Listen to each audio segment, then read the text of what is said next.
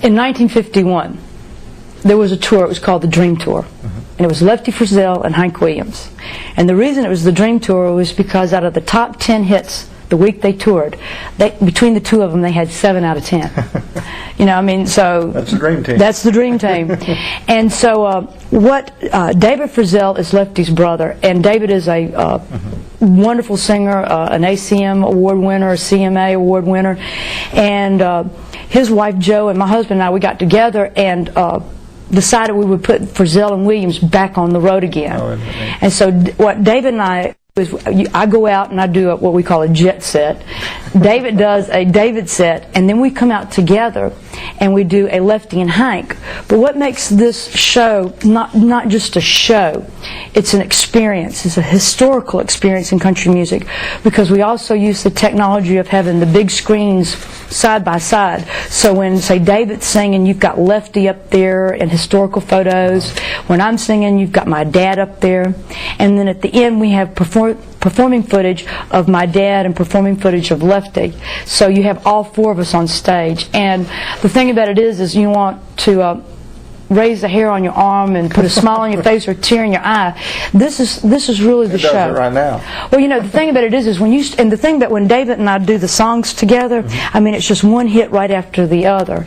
And I mean, you know, it amazed me. And we do some historical talking and talk about, like, because David toured with Lefty, so he has a lot of, you know, one-on-one stories that Lefty told him, and then I share some of the Hank stories, and we're able to weave them together. And because Lefty and Hank were very good friends, and David and I are such good friends, you know, we say, you know, country music runs deep, especially from generation to generation.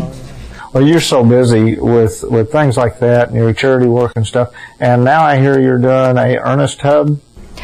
Yes, we got this is going to be the show of all shows. It's called the Ernest Tubb Midnight Jamboree Roadshow. And for the viewers, there is the Ernest Tubb Midnight Jamboree that airs every Saturday night here in Nashville, Tennessee, at the Ernest Tubb Record Shop. And it comes on at midnight, and it's the second longest running radio show consecutively in our country. Wow.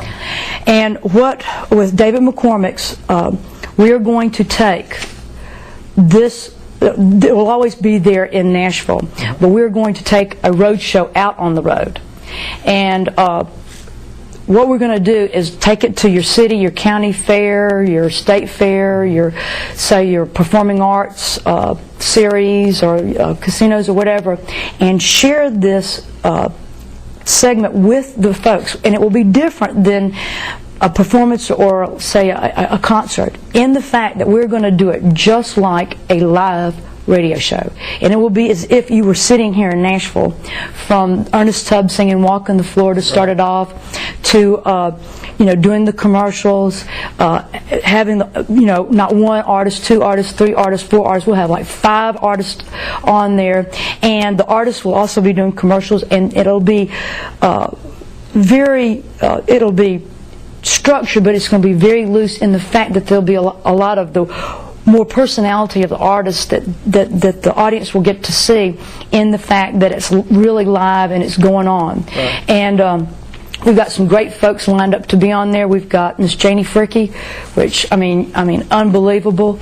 We've also got David Frizzell. We've also got Eddie Raven and T. Graham Brown and the Bellamy Brothers, as well as myself. And I tell you, that's a country package if I ever saw it, with a ribbon on top. Oh yeah, great artist. Yeah, make sure you watch for that coming to your town. If it comes close, go see it. Plus, we'll also there'll be we'll be doing parts of telling the history of the Ernest Tubb Record Shop and things like that. And so, like I said, it's going to be a production, as opposed to just an artist coming out there, and walking out there and singing and saying, "Hey, how you folks doing?" You know. Well, it sounds like it's going to be something that viewers and people that go out will feel more connected to the artist with.